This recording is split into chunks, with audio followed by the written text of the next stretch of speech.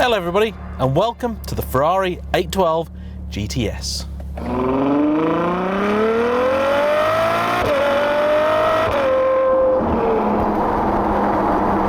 This is a very, very special car. It's been an awful long time since Ferrari have made a series production V12 convertible. In fact, you have to go way back into their past.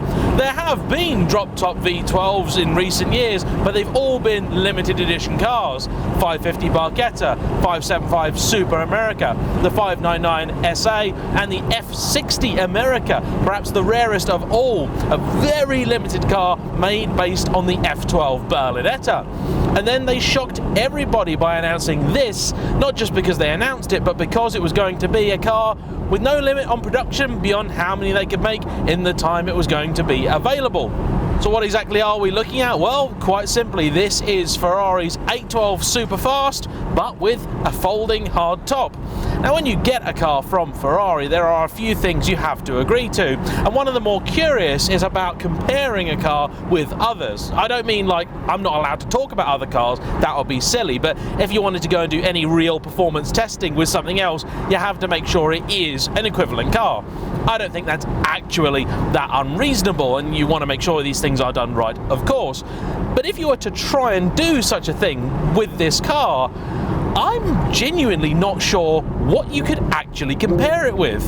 The closest thing that I can think of would be an Aston Martin DBS Volante. That, strictly speaking, still isn't comparable because it's a soft top car and it's got twin turbos attached to its V12, where this makes more power without any kind of forced induction whatsoever. Just shy of 800 horses, or if you do it in metric, exactly 800 horses. This thing is bonkers quick. 0 to 62 comes up in less than 3 seconds. That's the official figure, less than 3 seconds. And top speed is more than 200 miles an hour. Anything with those kind of numbers is seriously fast. And believe me when I say this is otherworldly quick.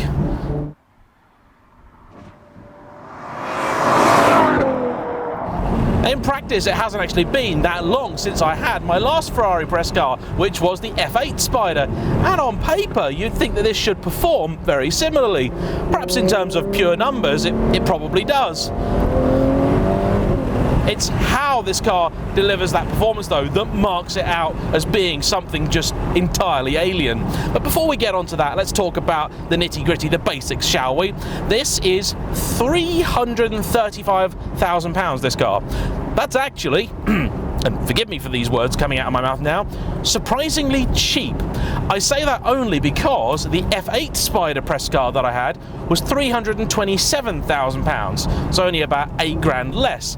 And that's a car that has a starting price of some 60 grand less than this one. This is actually the Ferrari press car I've had with the least options on it.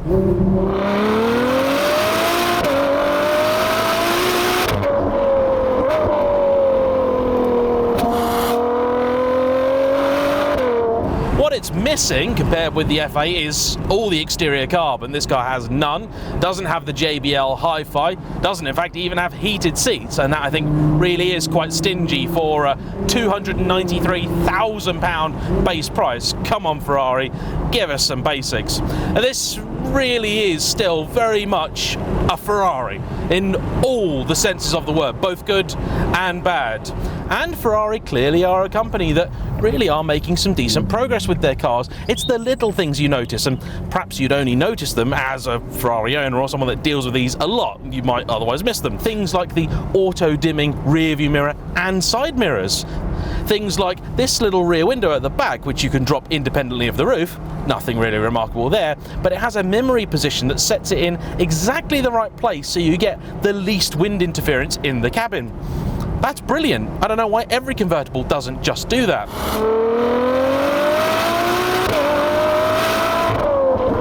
It also sounds like that, despite the fitment of the petrol particulate filter. The press release for this car is reasonably light on specifics about what they've changed compared with the Superfast, the coupe version. The obvious bit, of course, is that much of the car from here backwards has had to be redesigned to accommodate that new rear end. And it's a pretty damn good looking car. In fact, with the roof down, It's absolutely sensational. This thing attracts a lot of attention.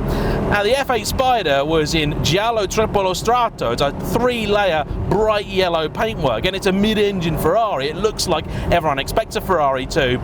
This, I think, gets just as much attention, if not perhaps a little bit more.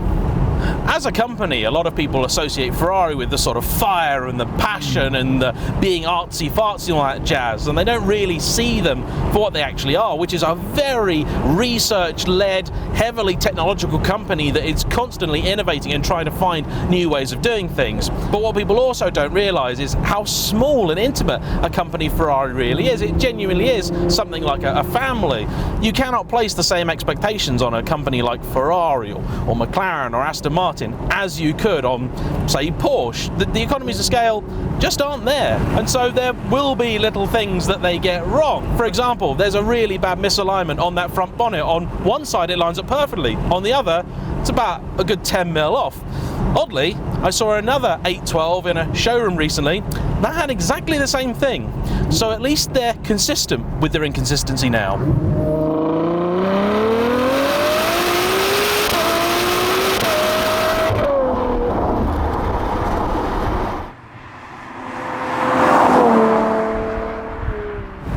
This thing is unbelievably quick. I mean, seriously, jaw-droppingly, gobsmackingly, unreasonably fast. The F8, I got the measure of that very quickly. You get about 5-6 miles in that car, you know what it's all about, you get on with it.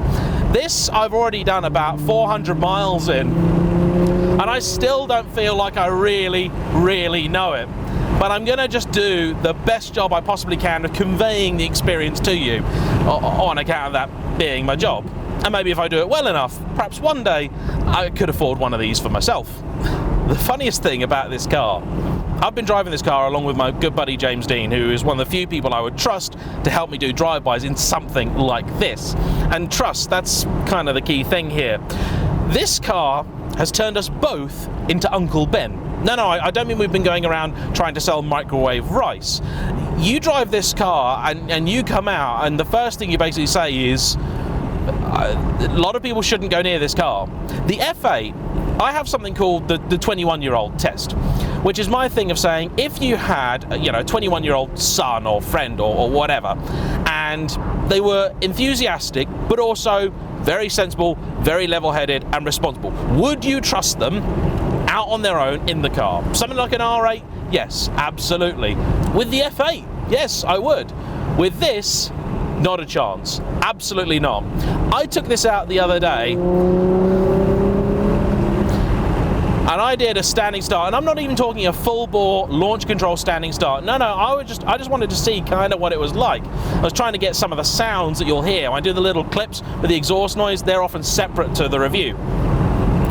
And this car span its wheels from first to fourth gear, and this thing was still lighting its rear tyres up.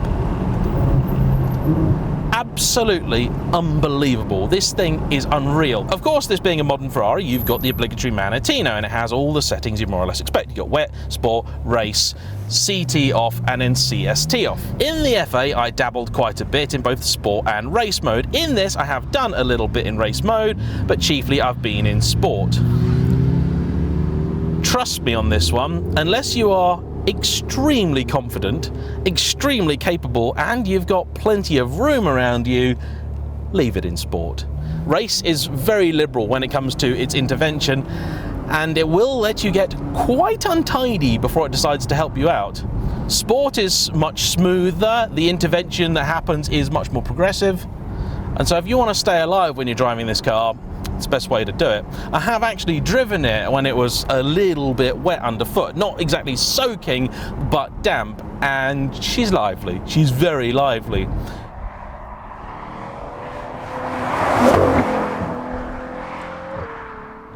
I haven't had the pleasure of the regular 812, hoping at some point I'll be able to sample one, but I'm told this car, they backed it off just a little bit, made it just a little bit more relaxed, and I can believe that. Having driven the F12, this is a car I'm actually very capable of relaxing in. You wouldn't think it, and I wouldn't have believed it, but no, you really can. Stick it in bumpy road mode, put the roof down, chill out. I've already done 150 miles in this car this morning, and they were glorious. There are some issues. Wind noise in the cabin was actually pretty minimal, thanks to some clever little spoilers they've put up here. But like the Portofino, you do get very chilly knees when it's not so warm outside. 20 odd years ago, Honda realised that in a convertible you need a little fan over people's knees to help keep them warm. I'm getting old, you know, come on, I need my knees warm. I don't want to have to drive around with a little granny blanket. Although I'm sure Ferrari would sell me one of those for about 3,000 quid. Allow me to maybe demonstrate to you the ludicrous savagery of this car. So I'm currently in, you know what, I'm gonna put it in 5th. And this is a naturally aspirated engine. So I'm doing 40 mile an hour now, 5th gear, that's 2 and a bit thousand RPM. And in fact, let's add to this. Let's go up a hill. Okay, so we're just gonna get around this bend, get a minor incline here. Okay, so 40 mile an hour, foot down, that's 50. That's all that took. Getting some noise out of this car for you all, because I know you enjoy that, is quite tricky. Having to use the low gears a lot, and that's really, really tricky because when you're in 2nd or 1st in this thing, you get 800 horses going through those wheels. You put your foot down, she will want to move around. You got to be ready for it. And she does like to move. This thing tram lines like nearly nothing else I've ever experienced. The 550 does it a little bit. This does it a lot. And that's why you become Uncle Ben, because you just keep going around saying to everyone, with great power comes great responsibility. I can understand exactly why Ferrari are so protective of some of the cars on their fleet.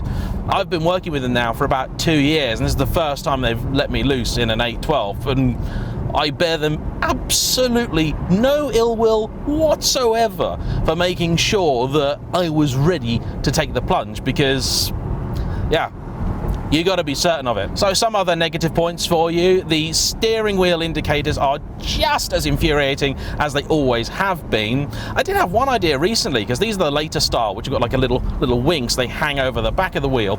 And I thought it would be really nice if you could actually use those for both directions. So I got my left-hand indicator here, and maybe if you pull it down, it'll go left. But I thought if you pulled it up, it could then go right. A bit like McLaren do with their paddle for the gear change. You can go both directions on either side. That would be really handy, I think.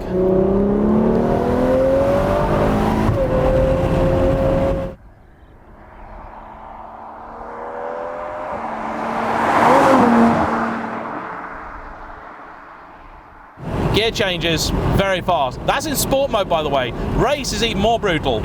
Allow me to show you. So I'll give you a few downshifts in race. And an upshift.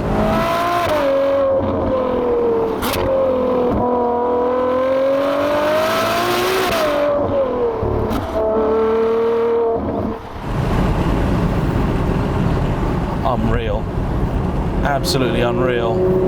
I've got to say, despite the fitment of the obligatory petrol particulate filter, I don't really think the noise in this car has suffered, do you? I think it's just about right. And the really good thing is that they've judged it perfectly, because when you're done playing the hooligan, you just relax and cruising around now. You put your foot down, you get a little bit of noise. But on the motorway, it's quiet, it's easy. You can hear yourself think. With the roof up, this car's ridiculously refined, and you can have that window at the back down. You don't even realise. I mean, legitimately, I took someone out in it yesterday for 10 minutes, they didn't even know the window was open. Amazing car. And then you get the silly little stuff, like the fact that you cannot see what the HVAC panel is doing. You just can't. The lights on it are far too dim, so when you're trying to get some air in this thing, because it won't warm you up very well, but auto mode tries to heat the windscreen. That's useless when the roof is down. So you're trying to hit the button and it's lighting up different combinations of face and leg and everything, and you just don't know what's going on. So that's irksome. Just go back to the old-fashioned dial which points to stuff. That was much easier. It worked fine.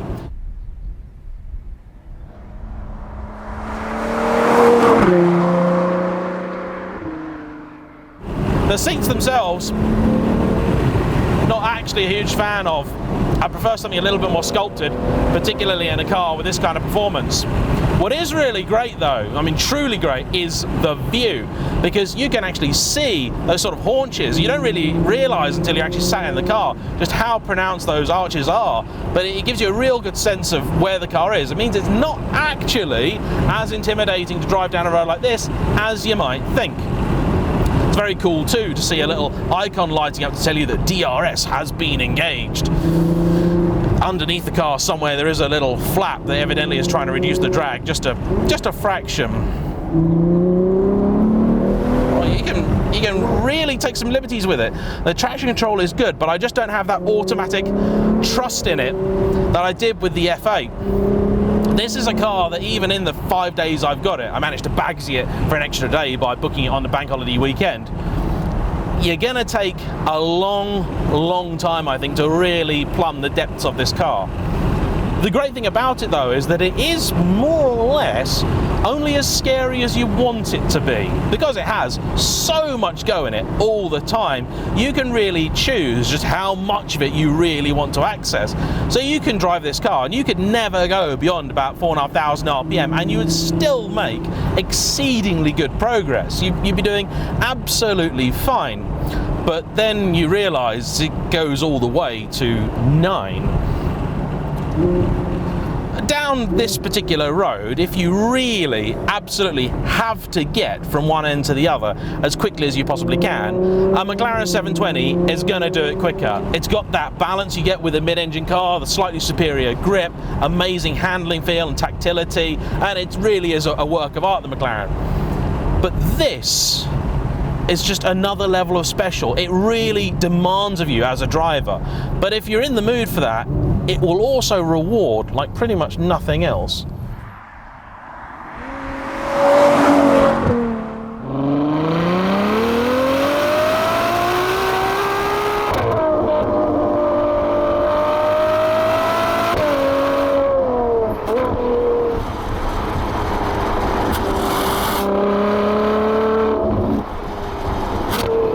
Okay, let's talk steering. Not quite as brilliant as the F8. Doesn't have that texture and that ideal weighting that I really enjoy. It's quick, as is the Ferrari tradition, and honestly, with a car of this capability, I think it's actually necessary. But it does have some feel to it, it does have some feedback. The 812 was one of Ferrari's first cars with electric power steering, and actually, it's not horrific. Not their best. In fact, actually, I recently drove an FF, and that surprised me because the steering in that, some of the best in a Ferrari I've ever experienced. Totally did not expect that. But you know what the car is doing? Everything is a bit exaggerated because you are essentially sat over the rear axle. You're so far removed from the front of the car. It's also got the virtual short wheelbase, which is all-wheel steering. And that means it's pretty darn agile. In truth, if you would like an analogy for this car that is perhaps related to something people will have experienced, imagine you took a Honda S2000 and you locked it in a room with 3 tons of cocaine and protein powder. This is the car that would come out at the end. I'm not scared by it, that would be untrue to say, but I am immensely respectful of what it can do, what its ability level is, and what my ability level is, the roads that I'm on, the people around me, everything else. Maybe if I was Chris Harris, I could just instantly drop in this thing and just hoof it around every corner like some sort of god, but I'm not, and I can't. Sorry about that.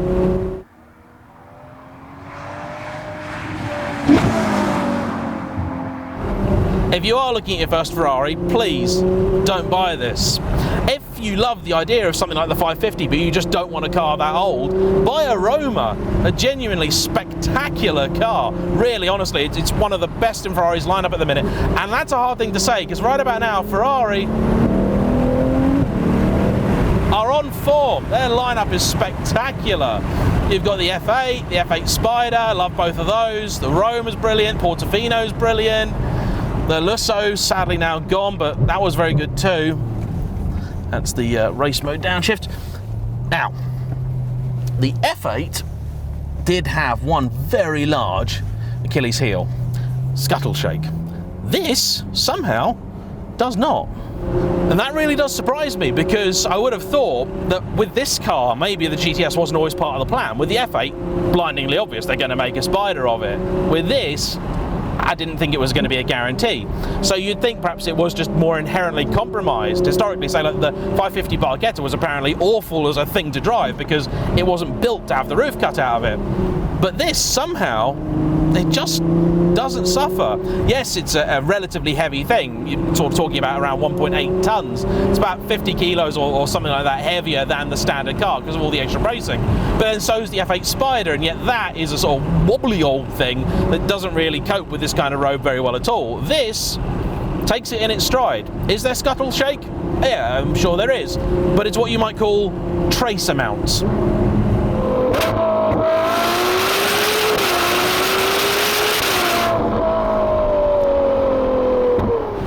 This is a license loser. It really is. Now, there's a school of thought, which I do subscribe to, that says it's much more fun to drive a slow car fast than a fast car slow. Absolutely agree with that. However, there is another school of thought which is relevant here today. I always remember when I had my little scooter, and that would only do about 85 mile an hour tops, you know, with a tailwind down a hill. And that, I was absolutely full throttle everywhere, always trying to get the most out of it that I could. But then when I started to ride big bikes, 600s, that sort of stuff, that would do serious speed, I was quite happy to do 70 everywhere because I knew that I could do double that if I wanted to. I wasn't so close to maximum that I might as well just go for it. I was so far away from maximum, there wasn't really any point trying. And I found that you can do that in this too. You stick it in bumpy road mode, it backs off a little bit, and you can enjoy it. At low speeds, the suspension in this is definitely firm. There's no two ways about it. It's not the most costing, it's not the most comfortable. Roma, much more comfortable, as was Lusso, as are some of the other cars in the range as well, Portofino, so on and so forth. But that's okay. This car has an ability level that is such, I kind of understand it. F12, I recall being quite a bit more comfortable than this, but this is certainly far from uncomfortable, to the extent that I have on a few occasions driven around without bumpy road being on, and I've totally forgotten. Whenever you change mode on the Manatino, it will reset the bumpy road setting, so every time you play with that, you have to press bumpy road again. In town, people go absolutely nuts for this car. I mean, they really seriously love it. I've rarely driven anything that gets this level of adoration. I also happen to love the spec of this particular car. Tour de France blue exterior, Sabia and blue interior, wonderful. There's leather, carbon fiber, beautiful stitching, details everywhere in here. This really does feel like a very special car. And with the F8 Spider, £327,000 compared to its rivals, I did figure that was a kind of a difficult car to justify at that particular money. This though, I mean, like I said, it doesn't really have a rival, but I actually feel like it does feel better value, legitimately. It is tough to describe something that's over £300,000 as good value, but such as it is. This really is a car that doesn't have an awful lot of faults. That is pretty much the greatest engine ever made up front, and there isn't a lot that really lets the car down. It looks absolutely spectacular. It's a glorious thing to drive around in. Being able to just experience this V12 without a roof on is just marvellous. The fact the chassis doesn't seem to have suffered for cutting the roof off is incredible. Yes, it's a 1.8 ton car, trust me, does not feel it at all. And I've driven a few cars where they've tried to mask the weight by just making the steering quick and so on, and you can eventually tell. With this, no. Down my favourite B roads, I would probably be faster in an F8, but I would be happier in the 812. In auto mode, and yes, shoot me, but I have used auto mode quite a bit, it's very good. It will shuffle through to 7th, before you know it, 3rd, 4th, 5th, 6th, 7th, and I'm doing 30 miles an hour. and it's fine. The best bit as well is that Ferrari actually seem to have calibrated auto mode quite well. You could reasonably expect them to have not spent any time on auto mode because it's a Ferrari who wants to drive that in automatic, but no, take time they have, because this is a very smart gearbox. It knows this engine is massively torquey and powerful, so when you put your foot down, it'll only change maybe 1 or 2 gears in most scenarios, unless you've put your foot all the way flat. And that's the right thing, because this car's got plenty of shove from low down, so that's all it needs to do. I've known other cars where they'll try and change like 4 gears at a time or more, and that just means you're waiting for ages, and then when it does give you some acceleration, it's often far too much. Even the brakes, very nicely calibrated. These are great big carbon ceramic stoppers, as you'd expect at the price point, but they're smooth, they're easy to modulate. You sit in here, and with that view out, this interior, that soundtrack, this really is the complete package.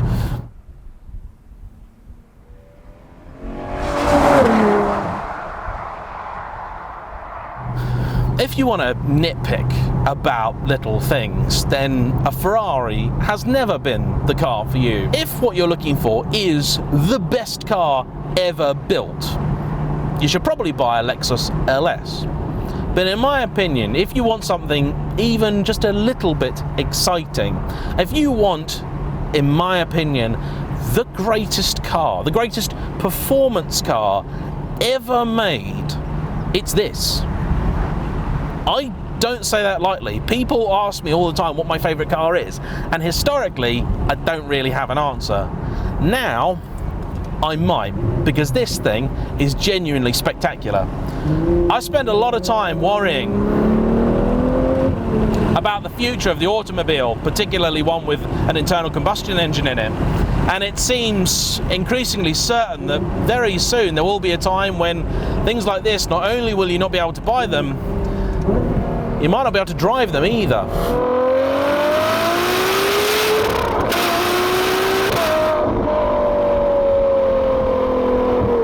So if this really is the combustion engine's last stand, its final hurrah, I think I can at least gladly say that it really did go out on a high note. And the fact that Ferrari haven't even limited production of this, I commend them for. Yes, in theory it's not limited, in practice it is, because simply put, there are more people that want these than they're going to make of them. But trust me, if you can, if there is any chance, any way at all that you can get your hands on one of these cars, just do it. Please do it, and enjoy it for as long as you can. For about 25 years, as far as I was concerned, the best car in the world ever was the Ferrari 355. I know Jeremy Clarkson changed his mind about that fairly quickly, but I didn't really. Even compared to my own 550, I will concede, actually in a lot of ways, that the 355 is a better Ferrari. I knew that it would take an awful lot to topple that car from its mighty place on the podium, and I think this does it. It's amazing. It is also, by far, the most complex car I have ever driven. It is part supercar, it is part GT car, it is a convertible, it can be, when it wants to be, a coupe. It is wild, but it is also at some points quite relaxing. It is a car that has such amazing depth of talent. I feel like I've only really paddled in the shallow end, and I feel like I've maybe done it a gross injustice. But I hope that you've enjoyed today's video and my vague attempt at explaining what it's all about. Thanks for watching. Please like, comment down below, subscribe if you haven't already, and I'll see you for the next one. Bye bye.